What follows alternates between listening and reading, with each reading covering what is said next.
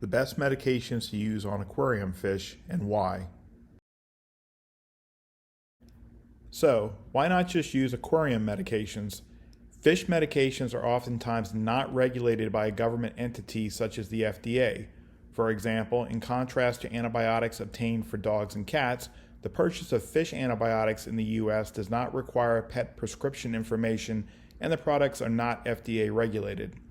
Many fish medications are not pharmaceutical grade, meaning they are less than 99% pure.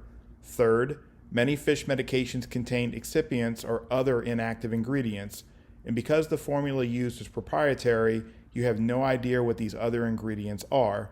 4. Watered-down medications are less effective for treating fish diseases.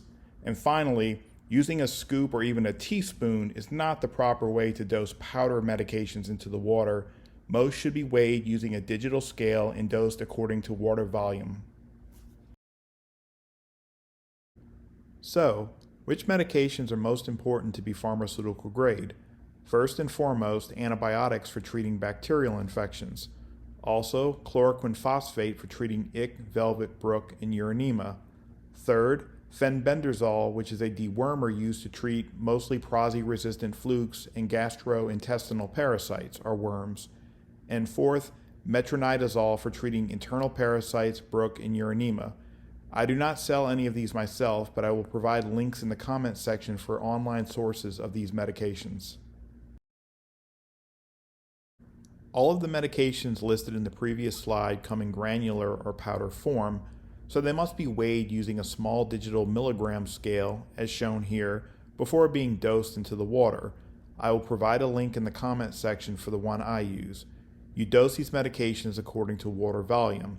So, for example, the standard dose for metronidazole is 25 milligrams per gallon. If you were dosing a 20-gallon quarantine tank, that would be 500 milligrams of metronidazole. After weighing, it is very important to mix the powder in a cup of RODI or clean salt water before pouring it into a high-flow area of your quarantine tank. Never just dump undissolved powder into an aquarium. One caveat I need to mention is that fenbendazole is not easily water-soluble.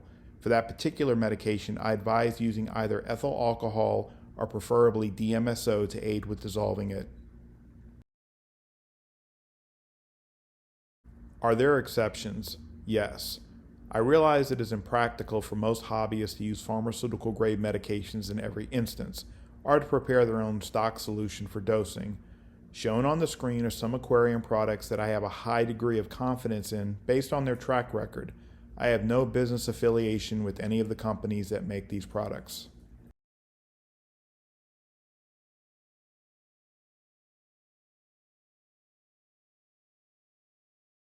Two chemicals which are DIY, easily obtained, and can be used to treat marine fish are hydrogen peroxide and formalin.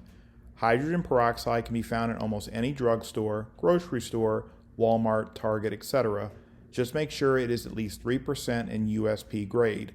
USP denotes a chemical grade of sufficient purity to meet or exceed requirements acceptable for food, drug, or medicinal use. It may be used for most laboratory purposes. Formalin is actually easy to purchase on Amazon. I will provide a link in the comments section for the specific product I use, but just remember that in order for formalin to be fully effective, the product you are using should contain 37% formaldehyde plus 10 to 15% methanol. Many times a formalin product with this formulation will be labeled as laboratory grade. You can find instructions for using both of these chemicals on my forum. Thank you for watching this video. To learn more about the topics discussed here and everything related to saltwater and reef aquariums, please visit my forum at humble.fish. That's right, just type humble.fish into any web browser to get you there.